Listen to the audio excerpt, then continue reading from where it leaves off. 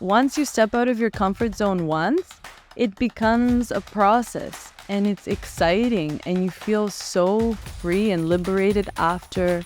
Don't think about the future of what might happen. Don't think in the past. Always stay grounded and in the moment and connect with your heart. Diamonds are built under pressure. So I think that you always have to be persistent and consistent no matter what direction you are in.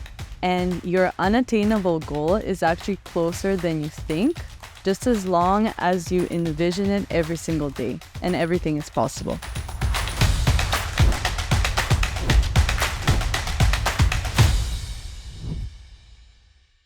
Welcome back to the Canadian Dream Podcast. Today I have Miss World Bulgaria 2022.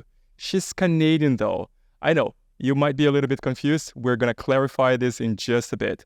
She also has other accomplishments. She's not just ravishing, stunning. No, she's way more than that. So I have the pleasure to introduce to you Kristiyana Yordanova. Exactly. Thank you so much. And it's an honor to be part of this podcast. Thank you. You see, I was not lying. Look at Kristiyana. Kristiyana, how tall are you? I am very tall. I'm 5'10". 5'10". In 5'10". Centimeters, it is? That's 180. 180. Centimeters. Okay. Yeah. So you must be single. Yeah, I'm... It's not easy to find someone who can top. It's not easy for sure. Yeah. Okay, so Kristiyana, there's so much that we can talk about today. But let's start with this.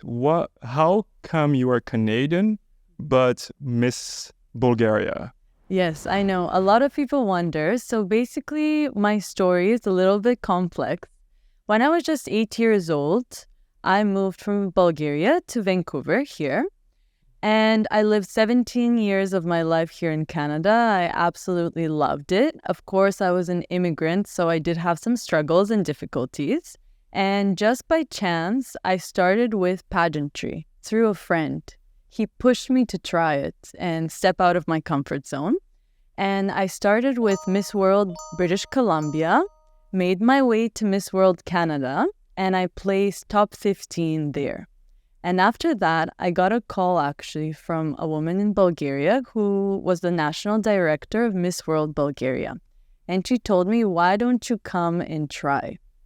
And it was my childhood dream to live in Bulgaria at one point in my life. So I took this opportunity. I decided last minute and I went to Miss World Bulgaria. Oh. So this person found you on the internet and just stole our Canadian beauty back to Bulgaria. Yes. Okay. Yeah. So how much time did you need to prepare because you moved, you left everything behind here? Exactly. What were you doing here? Were you still in university? Yes, I was studying psychology at UBC. I was still developing my foundation. I love to do philanthropy and charity since a really young age. My mom really pushed me to do that.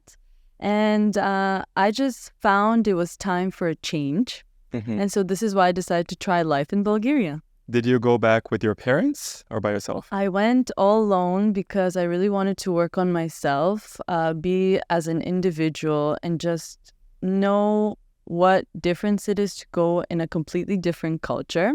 And I felt that's the thing about immigrants is I feel like an immigrant here in Canada, but I also felt like an immigrant in Bulgaria because the language barrier was still there. Of course, I talk Bulgarian with my family, but it's not the same, So I had to relearn Bulgarian slowly as well. Oh, but you had already learned Bulgarian at home. Oh, of course. You grew up speaking Bulgarian Exactly. here. At home, that was the only language that was allowed. How does it sound? How can you say, good morning, everybody. Welcome to this conversation here. Здравейте, това е подкаста Canadian Dream Podcast. И ми е много приятно. It sounds a little bit like Russian or Ukrainian. Yeah, it's actually quite close, I would say. So when you went to Bulgaria, did this organization, did they provide all the accommodation or did you have to find everything by yourself? I did have to find everything by myself. The accommodation that they provided though, so I think I had 2 weeks in between Miss World Canada and Miss World Bulgaria. So You competed in both? I competed in both. Oh. So I was already prepared mentally, physically, fitness goals, nutrition, everything that you needed to do. I was already prepared. So I just jumped into Miss World Bulgaria. After Miss Canada. After Miss World Canada. Mm-hmm.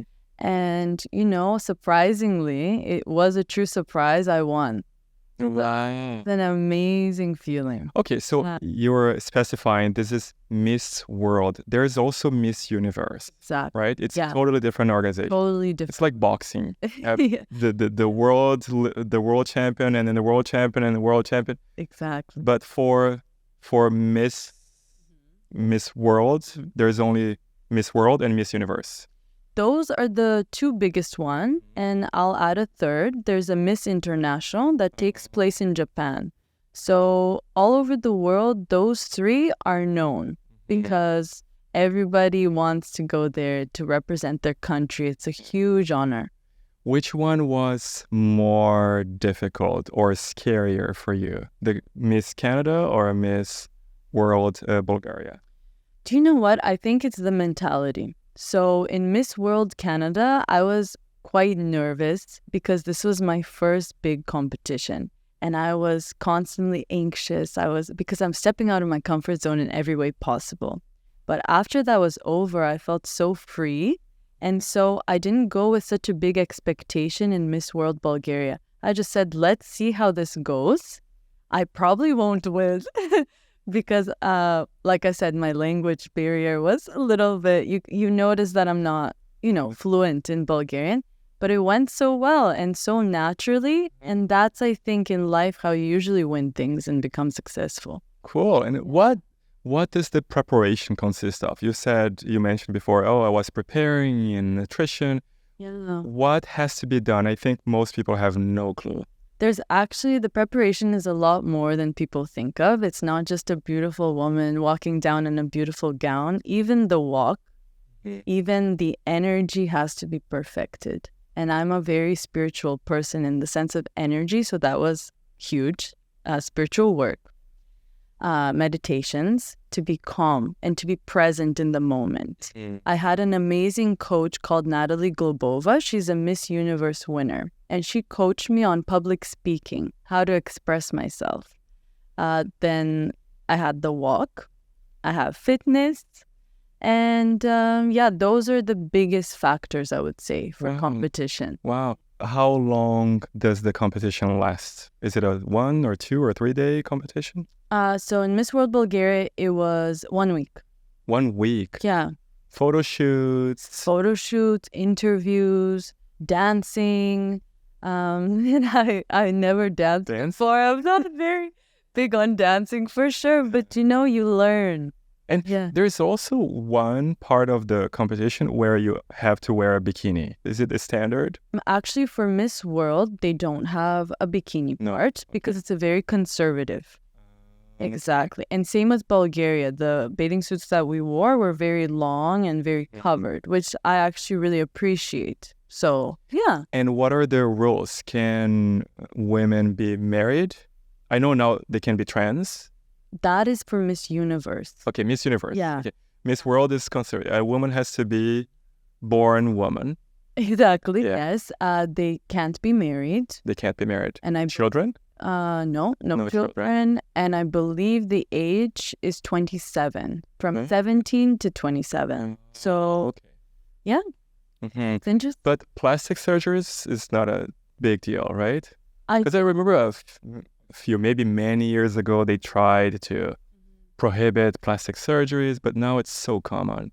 Exactly. It is very common, but I think they tend to pick really naturally looking girls. This world has nothing to do with external beauty. That's not what it has to do with. It's more internal beauty, and it's called beauty with a purpose. Oh, I love, where this is getting, because I wanted to ask you next. Yeah, of course. What was your main purpose? Because you're born, you're so tall, you're so good looking, and so you already got that, right? You don't need to be in the spotlight for that. But I see that, getting to know you better, I see that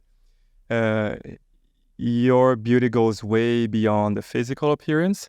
What was your motivation to accept this challenge and go and put yourself out there? I think my heart was with my foundation. I feel on a very deep level like I have to show the world my foundation. It's still in the growing phases. It's called Women Squared. And basically what I provide is for children and women toxic relationship advice. And I hold 3 lectures. One is the power to be different. This is for kids. How important it is to be unique and true to yourself. The power to have self-esteem and healthy boundaries. And how to escape toxic relationships. So I talk to both women and children on these topics. And I think it's vital from an early age so we can prevent these toxic relationships and destructive relationships from happening, because it can be detrimental to your life in all ways. So you thought that this contest was going to be a good platform for you to share my message. Okay, so let's talk a little bit more about Miss World before I ask you more questions about your foundation. 1 week, approximately, right? Were you harassed at any point? How was the atmosphere? I just want to know, because I'm curious. When you see things behind the scenes, everything looks so nice, but are the girls fighting with each other, or are they, friends, and they get out of that competition being best friends with the 2nd and 3rd and 4th places? Exactly. Actually, in Miss World Bulgaria, I found a lot of friendships. And the girls, I think, because this is a higher level of competition, of course, every girl is competitive and ambitious there. They really want the best and they want to represent their country. But everyone was actually very kind to me. I was very lucky. I had no harassments. I had no negative comments or hate, because I've heard horror stories of that a lot of girls have had that. But I was lucky enough to enjoy the journey and take away friendships that I'm still really, really close to this day. And we help each other in so many ways. And I found myself. So who was Kristiyana before the competition, before both competitions and after? That's a great question. So I was a very nervous person, especially when it came to public speaking. I hated public speaking. It felt like I was getting a heart attack if I even spoke in front of 20 people. And at Miss World BC, I did this for the first time. I just had to say my name, what I study, and what I want to help with. It was 30 seconds. And I was like, I can't do it. And look at you now. Yeah. And that's all it is. It's once you step out of your comfort zone once, it becomes a process. And it's exciting, and you feel so free and liberated after you step out of your comfort zone. And I always try to do that in my everyday life. Oh, yeah, that's the hook for our episode. Yeah, this is probably what we're gonna put at the beginning of the episode. Yeah, great. Any practical learning experiences? I know this sounds a little bit more general. But do you remember any moments where you felt the discomfort? Oh, this is really out of my comfort zone.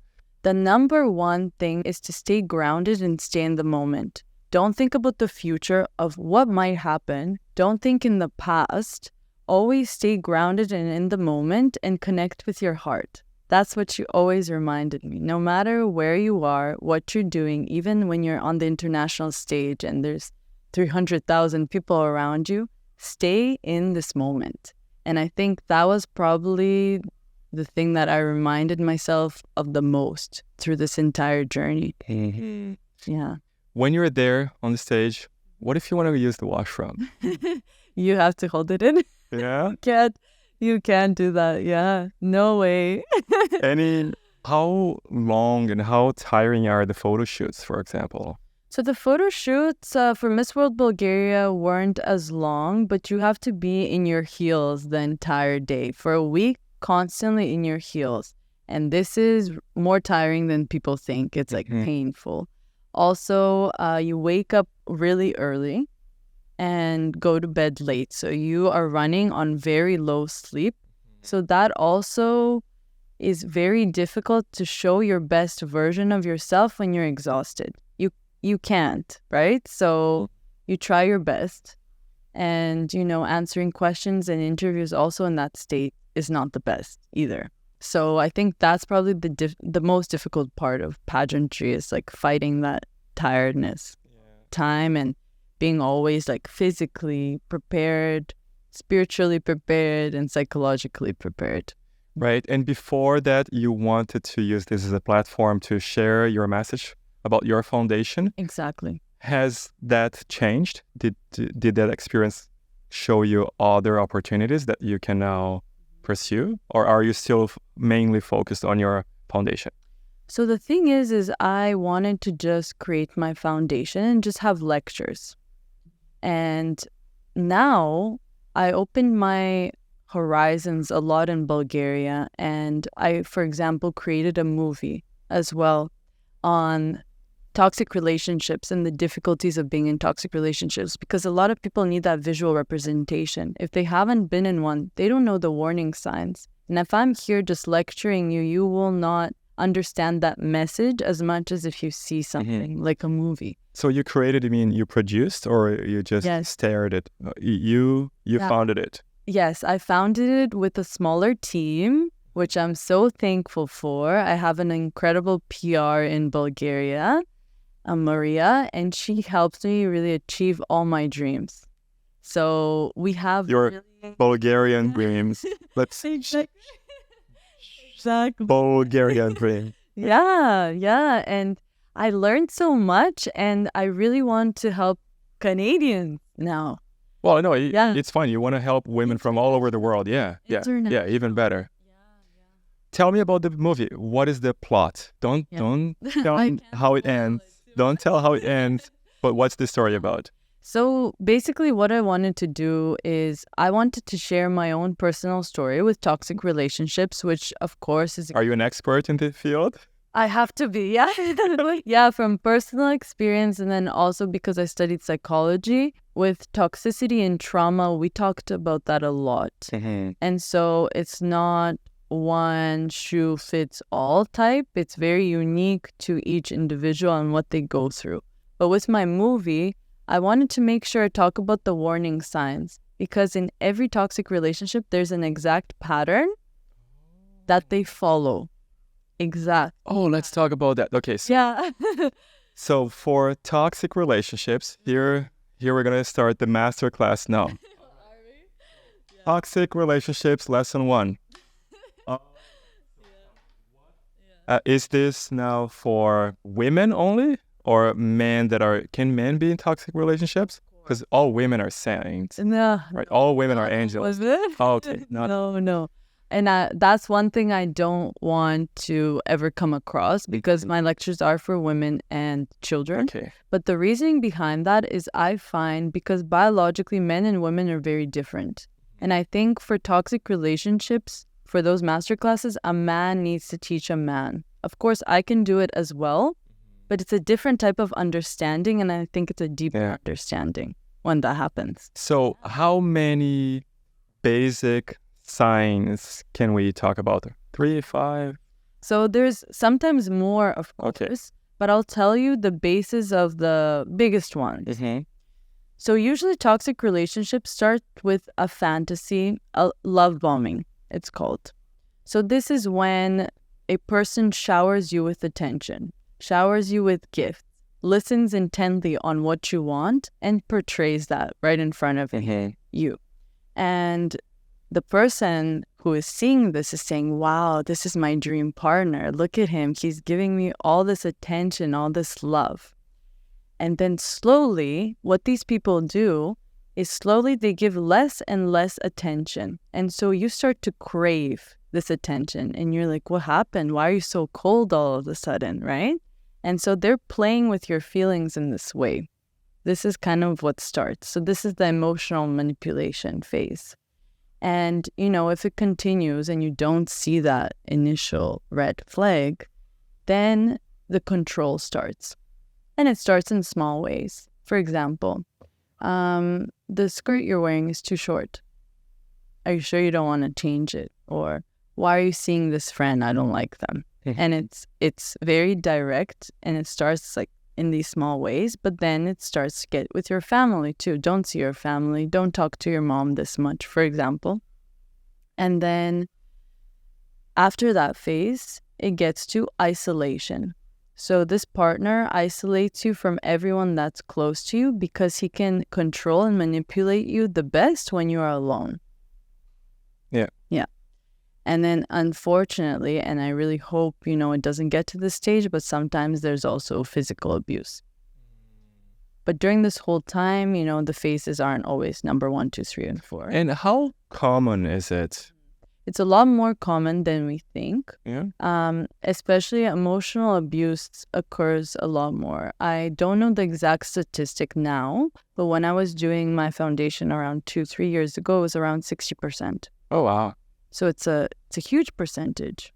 What sorts of people do you usually help or work with at the foundation or through the foundation?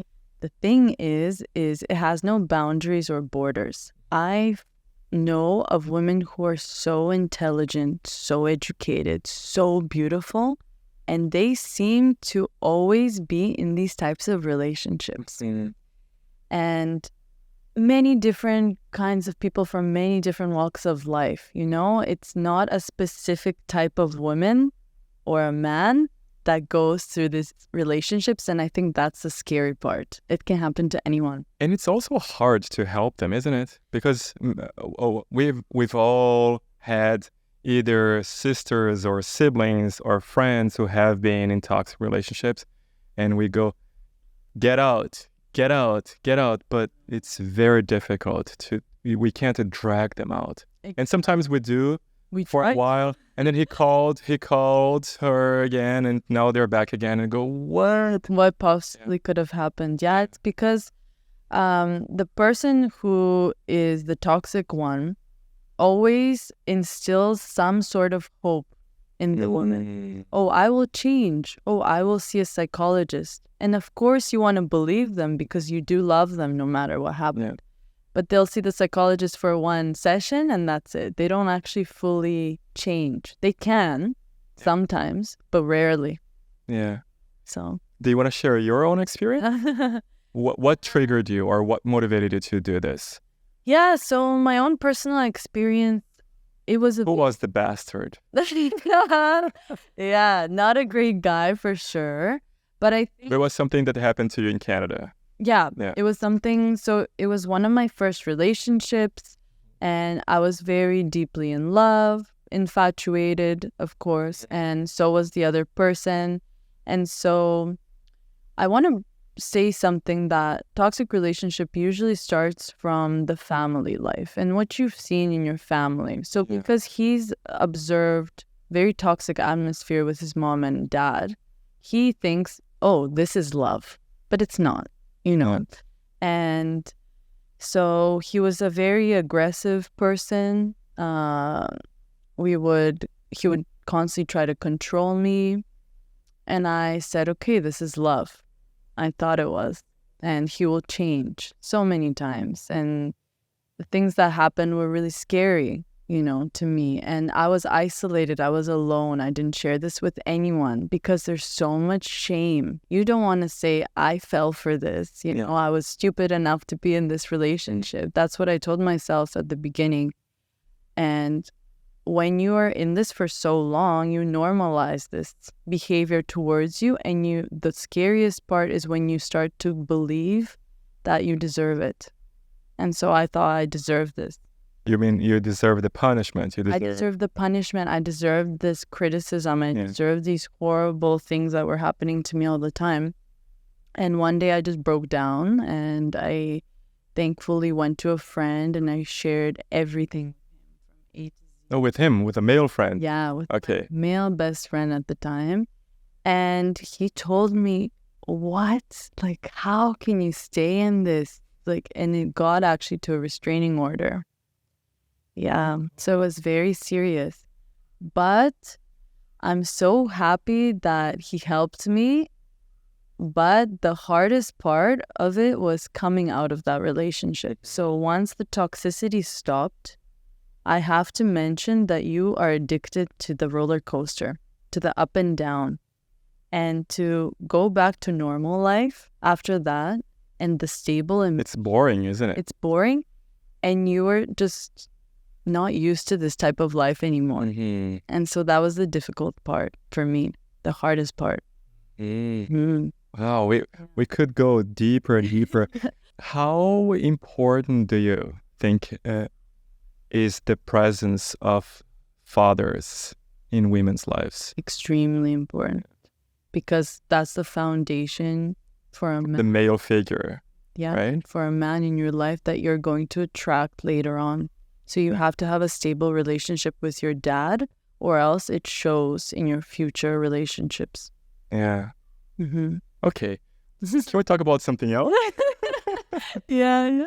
Okay. What is the scope of your work and the range and the plans for the near future with the foundation? How can people get involved? I'm recently going to start a one-on-one kind of coaching session where we will talk openly about this person who's not very comfortable in a group setting. So you're a coach? Yeah, I would say relationship coach, but also confidence and self-esteem building. So I do those three. And do you have a physical location in Vancouver? I don't. No. Everything is online. Everything is online. So anybody from other parts of Canada or international can reach out to you, book your time online. Exactly. And you can find me through my Instagram, Woman Squared. And I usually try to do lectures at universities or schools, even high schools, because I think that's where we need it most. Because in high schools, for example, these children may not have seen that type of relationship yet. So there's a prevention that I'm doing. And in universities, that's when the first toxic relationships really start. So also talking about that there. And yeah, I'm just very interested in growing this and becoming a speaker on this topic. That's the dream for. And when is your book coming out? My book already actually. Oh, yeah. You have a poetry book? Yeah. Okay, tell me about the poetry book. So it's called Forbidden Words. Forbidden words, it's because it's not something that you're supposed to say. You're not supposed to be this vulnerable. You're not supposed to show the difficulties that you've been through with love. It's forbidden. It's like a forbidden fruit. That's how I see it. But the fact that you disregard that and you have that strength within you to share your story, that's what I really like in people, when they're authentic and genuine. And so this book has a few phases. It's about falling in love, like I said, the love bombing, the amazing relationship at the beginning, and then the control, the isolation, and then when you walk away from that relationship, rebuilding yourself. It's quite short, but I think you get a very nice visual representation. Okay, we're talking about relationships now, and I'm curious. You have dated in Canada. You know what's coming. No. We're talking about it behind the scenes. I want to ask you, how different, at least in your own experience, how different are men, or let's not generalize too much. How different has been your experience dating in Canada compared to dating in Bulgaria? So it's quite different because we're different cultures, right? Here it's more individualistic. There's more collectivist. So what I pay attention to a lot in Bulgaria that I've noticed is people really focus on their families. Like the family segment and principle is huge there. To have the support of your family and to start a family. Like they're so excited about that. And the commitment. I noticed that they're really excited about that. So when you meet someone, they want to introduce you to their mom, dad, and siblings. I love that. I think it's really important to have that strength to see if we like each other, for the future.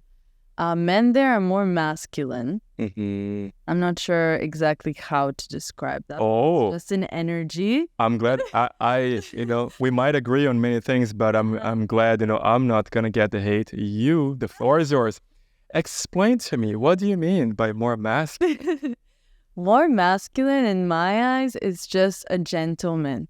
Like someone that... Oh, that's very interesting. Because, the first word that you say, masculine, gentle man, right? People tend to think, masculine, aggressive, selfish.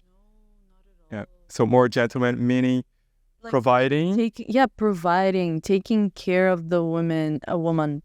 Those are really important qualities that I see in Bulgarian men. And standing up for themselves. Yeah, and I'm a very different type of woman. Maybe I'm very feminine, like in my feminine energy, and I like the feeling of a man beside me to feel protected by him. This is something I find like a very attractive relationship because it's a yin and yang. Yeah. Where I'm very strong, he may be weak, but this way we can help each other.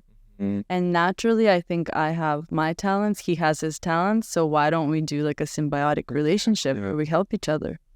I actually think that many people might relate to you or to us, but they're quiet. But they're so quiet because it seems like the mainstream conversation is telling us otherwise. Like, no, yeah, we should hate men and women and empowerment, blah, blah, blah, blah.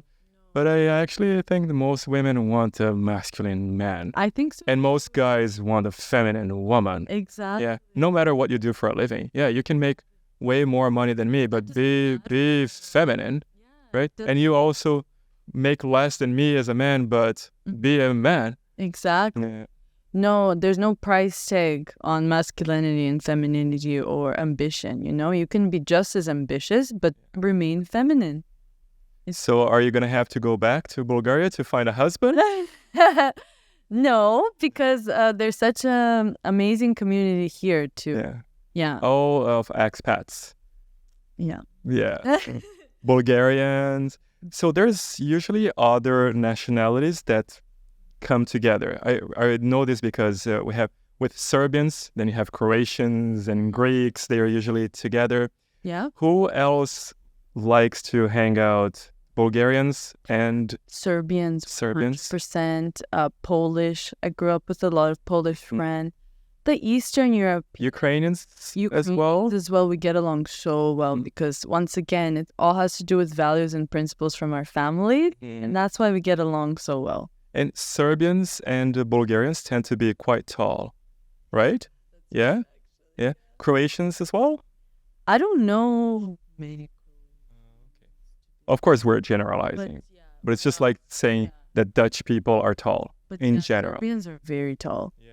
The ones that I've met in my life. Yeah. At least the ones you dated, right? No. Well, we're not going down that road. Okay.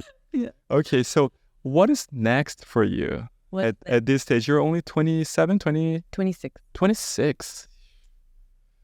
She has her whole life ahead of her. So 26, what are the next, let's say the next 3 steps, or the next steps in, let's say 2 or 3 different fields in your life? I'm incredibly interested now. Like public speaking has become one of my biggest kind of aspirations to do internationally. So number 1 is get Women Squared off the ground and start with different women's conferences that are happening all over the world. I want to be a keynote speaker, one of those. The other thing is on the education path, I want to start studying journalism. And I know you mentioned that you have also done that. So it excites me and I want to become some kind of host. So that's my real biggest dream. Yesterday, we had someone here on the podcast.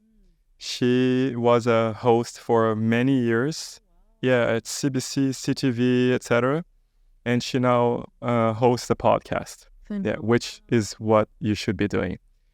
And Alexandra here, she also started journalism, our marketing manager. For you guys, if you follow us on wherever you follow us, on Instagram, YouTube, Apple Podcasts, and Spotify, Alexandra is the person who posts everything and does all the captioning. Yeah. That's why we don't have at least many grammar mistakes. Yeah. Because if I were the guy, doing the captioning, Alexandra, and she studied journalism. What else, Alexandra? English literature and philosophy. Yeah. So journalism is awesome. Yeah. But so is psychology because of all the transferable skills, communication, psychology. Exactly. Okay, so Yeah. speaker, journalism, Mm-hmm. anything else? And the last is fashion industry. I love speaking with designers, modeling. That's just the more artistic side of me that I always need to do. You do model. I do model here and there. I don't have like an agency representing me, but I make friendship with designers and then do shoots with them. But I just absolutely love the feeling. You're like a canvas for an artist. So I love it. Great, great. So if you were to describe your ultimate Canadian, not Bulgarian, Canadian dream, say in 10 years, in 20 years, or even 30, when you're leaving a legacy behind, Kristiyana, what have you done? What was your ultimate Canadian dream? I want to be a queen of people's hearts. I want to make them feel something. I want to make them motivated from my personal story and for them to make changes in their own lives. It could be through media, through international representation, but if I have to narrow it down to that's what it would be. Excellent. Thank you. Now, can I ask you a favor? Of course you can. Let's inspire some women out there, or actually not only women. I think this might be good also for a man, or trans, or all the communities in the world. Anybody. Yeah. Achieving the goals that you achieved. Miss World Bulgaria. It could be Miss World Canada. It could be anything. It's not an easy task, and there's so many people fighting for one little prize. I always say that it's not supposed to be easy, especially for immigrants, it's not supposed to be easy. Exactly. So what would you like to say to anybody who has some goals, but they seem to be pretty much unattainable, so distant from their reality? It's going to be a very simple message, but I always tell myself diamonds are built under pressure. So I think that you always have to be persistent and consistent no matter what direction you are in. And your unattainable goal is actually closer than you think, just as long as you envision it every single day, and everything is possible. That's what I would have to say. Yeah. Thank you. Now, for anybody who wants to either meet you or get in touch with the foundation, where can they find you, or how should they contact you? So the easiest way would be my Instagram, which is Kristiyana.Yordanova, and also Women Squared. I just check my Instagram the most, and I always get in contact with people through there, so that's just the easiest way. Yeah, that's how we got in touch with each other. Exactly. Okay, we're gonna write this in the description. Alexandra here is gonna put all the information in the description. Yeah, well, thank you. I think there's one thing that I don't want to forget, and then later, we should have. For anybody who is in a bad relationship right now, what would you like to tell them? Yeah, I know it's not easy. Just do it. The first step would be to be aware of what you're going through, of your struggles and your surroundings, and to make sure you know that is not what you deserve. And this is not normal, because a lot of us suffer in silence. And don't be afraid to tell your psychologist. Don't be afraid to tell your friend, a family member. Please reach out. This is my first step. And it will be difficult. I'm not here to sugarcoat anything to walk away from this partner for good. But I think if you know what you deserve, if you believe enough in yourself that you can do it alone, then that's all that matters. Thank you so much, Kristiyana. And for you who have been with us from the beginning, either on YouTube or on Apple Podcasts or Spotify, thank you so much for watching this episode or for listening to this episode. If you are on YouTube, remember to like it, to share it with anybody that would like to learn more about Kristiyana's journey as well. And remember to subscribe to our channel. Thank you so much, and I'll see you on the next episode. Bye.